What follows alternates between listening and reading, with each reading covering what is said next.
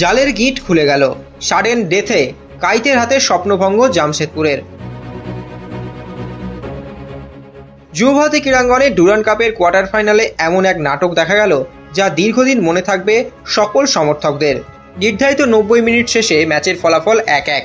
এরপর অতিরিক্ত সময় নয়, সরাসরি পেনাল্টি শুটআউট, আর সেই শুটআউটও গড়ালো সাডেন ডেথে। শুরুতে গোলের নিচে মোহনবাগানের বিশাল কাইত কিংবা জামশেদপুর এফসির আলবিনো গোমস কেউই পেনাল্টি আটকাতে পারছিলেন না। একের পর এক বল জালে জড়িয়ে যাচ্ছিল।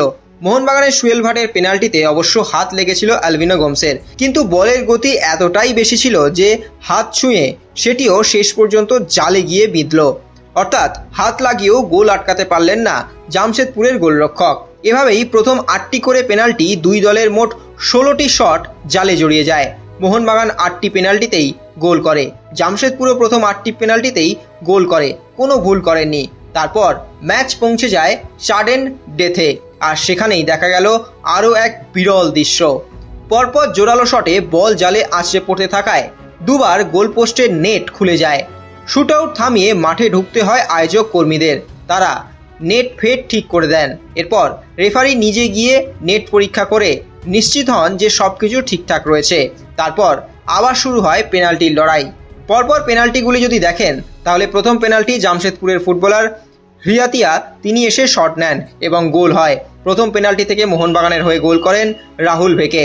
দ্বিতীয় পেনাল্টি জামশেদপুরের রেইনিয়ার, তার শটও গোল হয়। মোহনবাগানের হয়ে জেলকোভিচ তিনিও গোল করেন। তৃতীয় পেনাল্টি থেকে গোল করেন জামশেদপুরের আমনসিকে। মোহনবাগানের হয়ে গোল করেন অধিনায়ক সুভাশিস বোস।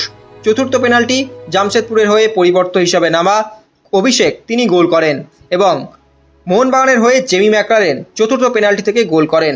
পঞ্চম পেনাল্টি জামশেদপুরের অধিনায়ক প্রণয় হালদার গোল করেন। মোহনবাগানের হয়ে কিয়ান নাসিরি তিনিও গোল করেন। এরপর শুরু হয় সাডেন ডেথ। ষষ্ঠ পেনাল্টি জামশেদপুরের প্রভাত লাকড়া তিনি গোল করেন। মোহনবাগানের হয়ে থাপা তিনিও গোল করেন। সপ্তম পেনাল্টি জামশেদপুরের হয়ে নেন প্রতীক, মোহনবাগানের হয়ে নেন আলবার্টো রড্রিগেজ তিনিও গোল করেন।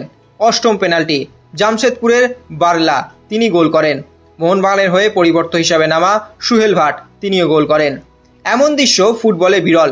পেনাল্টি শুটআউটে সাধারণত গোলরক্ষক এবং শুটারদের স্নায়ুর লড়াই হয়, কিন্তু যুবভারতীতে এদিন যেন গোলের নেটও সেই নাটকের অংশ হয়ে উঠল।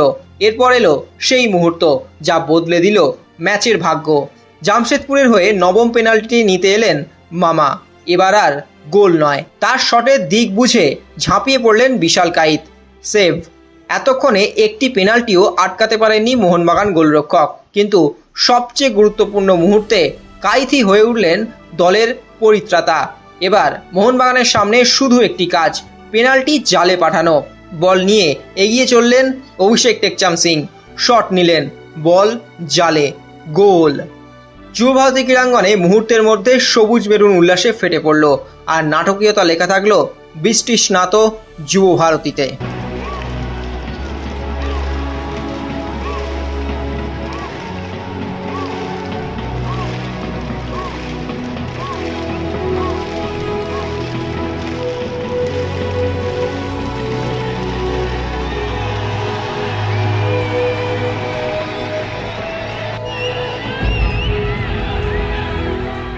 extra time.